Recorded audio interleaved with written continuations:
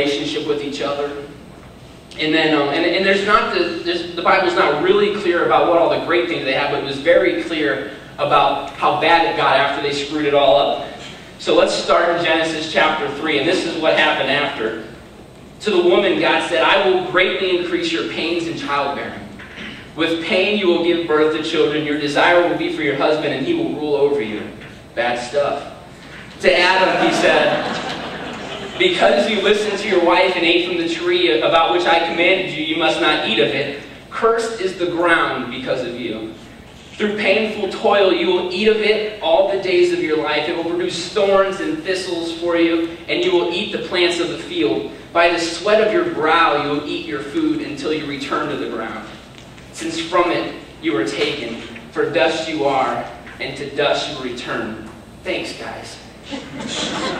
Right? Appreciate it. You know how many summers I spent picking weeds?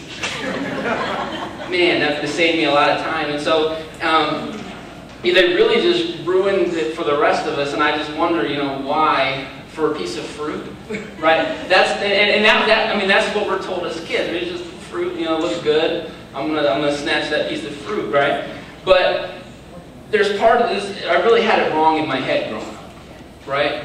I don't know if you think this. I always thought it was an apple, but the Bible doesn't even say anything about the fruit being an apple, right? It just says it was good, pleasing to the eye, and it was great for food. And so that always had messed. I don't know if I crossed it with like Sleeping Beauty, but I just kind of got the two crossed up somewhere. But the other part of it was the reason that they ate it, and in my head it was just one of those. Well, it was the only rule. It was the only thing they weren't told not to do. And so that's why they did it. Right? Because you know people like that. Right? I know people like that. I'm related to some. Just, you're told not to do it, and that's exactly why you do it. And I remember I had an uncle that would babysit me when me and my brother were little. And he would always say, and I don't know why, rules are made to be broken. And I was like, I don't know if you believe that or not, but you don't tell a 10-year-old, right? Right? You just don't mention that to a 10-year-old, even if you think that's true. But that was kind of my mindset. Maybe that's why it was the only thing they weren't allowed to do, and so maybe that's why they did it. But as parents, being a parent changes your entire outlook on life, right? And I've just realized for the past couple of years, we don't make rules to be broken, right? We make rules to keep our TVs safe. Right? You can't touch the TV. Amen. To keep your kids safe. That's why we make rules. And so there was one rule, and it was to benefit them, and then they broke it. And so really, the real temptation then was not that they wanted some fruit, or that it was the only rule to be broken. But Satan knew that there was something that we all desired.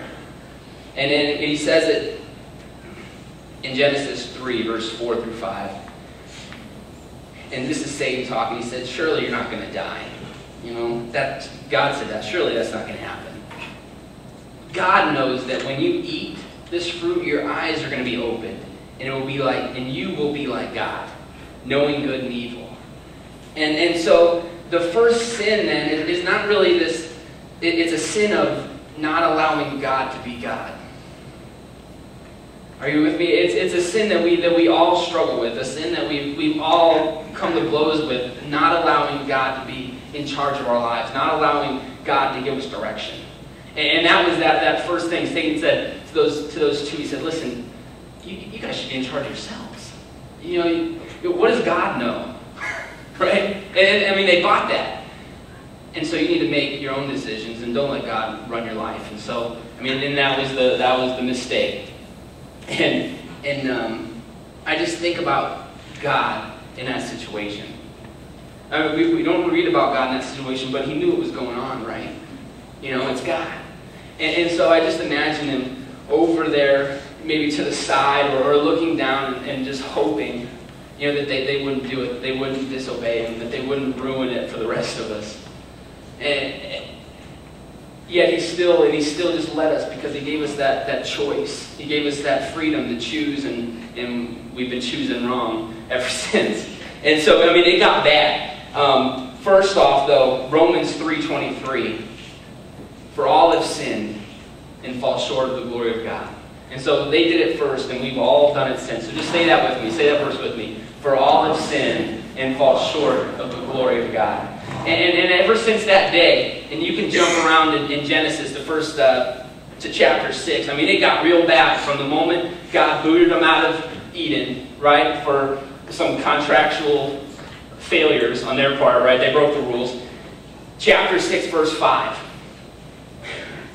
It gets real bad. The Lord saw how great man's wickedness on the earth had become, and that every inclination of the thoughts of his heart, everything man did, was only evil all the time.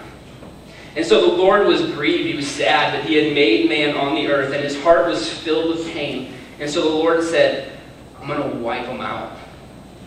I'm going to wipe out man whom I've created from the face of the earth, men, animals, creatures that move along the ground, the birds of the air, for I am grieved that I have made them.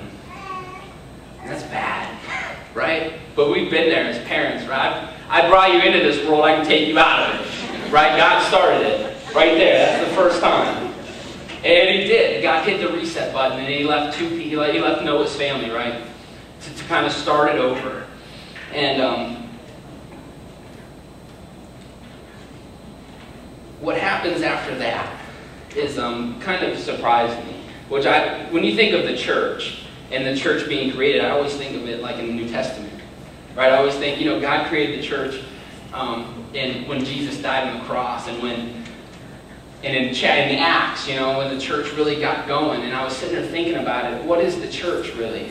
The church is the people of God, right? Doing God's work. And so, ideally, the church has been around for a real long time, and in fact, it was created in Genesis. And so, the basics here are, we've sinned, and so because we've screwed up, God is pursuing us. And God wants us back. God desires a relationship like the one we had before we screwed it all up. And so we create